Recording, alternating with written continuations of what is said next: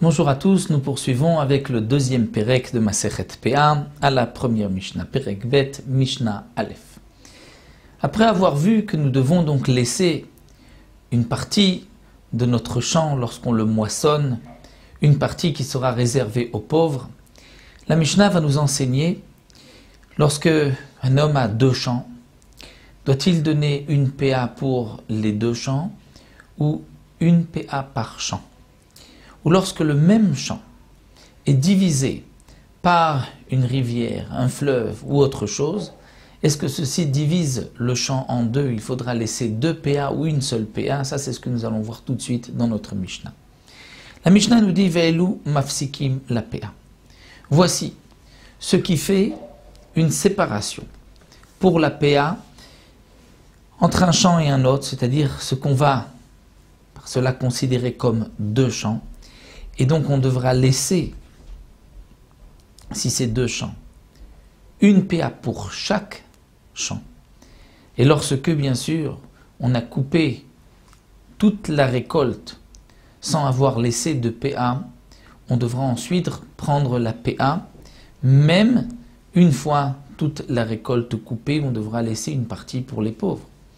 Est-ce que, dans tous les cas, donc on va prélever 2 PA ou une seule PA, voici ce que nous dit la Mishnah, Ve'elu, voici ce qui est mafsik, qui sépare la PA pour la PA, c'est-à-dire qui va faire que ce soit donc 2 champs. Hanachal.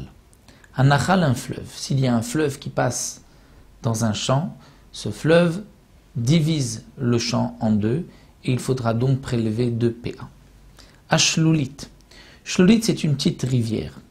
Une petite rivière qui va aussi donner à boire au champ, par de cette rivière-là, elle sépare aussi un champ en 2. Derech hayachid, un chemin d'un particulier, c'est-à-dire c'est 4 amot, l'équivalent de 2 mètres de large, c'est ce qu'on appelle le chemin d'un particulier. Ça divise le champ en 2 et on devra prélever une PA de chaque côté. Donc pour chaque côté, une PA différente. Derech arabim, ou bien un chemin rabim, c'est-à-dire du public, et cette fois-ci, explique le Barthénora, c'est 16 amot, c'est-à-dire à peu près 8 mètres. Ceci sépare le champ. Alors c'est vrai qu'on se posera la question si déjà un chemin de 4 amot, le Derech Hayachid divise le champ en 2, alors à bien à plus forte raison, le Derech Rabim de 16 amot, nous allons voir que c'est par rapport à la suite, donc on reprendra par rapport à ce que nous verrons dans la suite, puisque dans la suite, la Mishnah nous dira que pour les arbres, ce n'est pas le même din, et c'est là qu'on verra la différence entre un Derech Hayachid, Derech Harabim, un Chidush, donc même que le Derech Harabim, un chemin du public, ne divise pas pour les arbres. Donc ici, on a dit que même le chemin du particulier et du public divise pour un champ. Shvil Arabim. Le shvil, c'est pas un chemin, c'est plus petit qu'un chemin. C'est moins petit tracé du rabim, du particulier ou du yachid. Le yachid, nous explique le Barthénora, c'est de quoi mettre un pied après l'autre, pas plus. Ça c'est le chemin de shvil, c'est ce qu'on appelle un petit chemin, et qu'il soit emprunté shvil arabim par le public ou par le yachid ou par le particulier, mais qui est kavua, qui est fixe, bimot achamot bimot takshamim, c'est-à-dire été comme hiver. Bien que généralement, même en hiver où les chemins sont, où les champs sont semés, donc ce chemin qui est emprunté même en hiver, donc séparera le champ en 2. Mais si en hiver il n'est pas emprunté, étant donné que le champ est semé et qu'on ne veut pas abîmer, dans ce cas-là, ça ne divise pas le champ en 2, même si en été on utilise ce petit chemin. Donc c'est ce que le Tana précise, le petit chemin, donc c'est on met un pied après l'autre, soit utilisé par le public ou par un particulier, mais qui est fixe, été comme hiver. Ve'abour.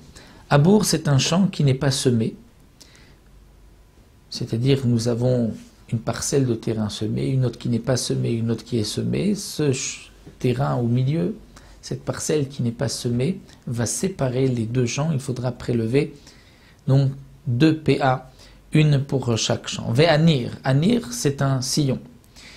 Un sillon sépare aussi, ve'zera acher, et zera acher, c'est-à-dire si on a semé, on a mis une autre espèce, on a semé d'une autre espèce. C'est-à-dire d'un côté à gauche, il y a du blé, à droite il y a aussi du blé, au milieu, on a semé autre chose, une autre espèce, donc ceci va diviser les deux champs de blé, il faudra prélever une PA pour chaque champ.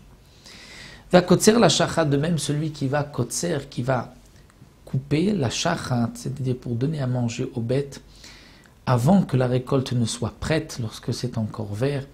Vous avez l'habitude, ceux qui voulaient nourrir leurs bêtes, de couper les épis. Donc si une partie du champ a été coupée pour donner à manger aux bêtes, cette partie va diviser les deux parties sur les côtés, et on devra prélever sur les autres, sur le côté de gauche et de droite, 2 PA. Pour les Chachamim, s'il ne fait d'interruption que si Charash, si on a labouré. Mais si on n'a pas labouré, ce n'est pas suffisant, c'est-à-dire d'avoir juste coupé la récolte avant qu'elle ait atteint sa maturité. Pour les Chachamim, ça ne divise pas le champ en deux. Il faut avoir aussi labouré la parcelle du milieu. Donc voici pour cette première Mishnah. Nous verrons Bezrat Hashem la suite. Dans la deuxième Mishnah, on reprendra toujours le même sujet. Qu'est-ce qui divise un champ en deux?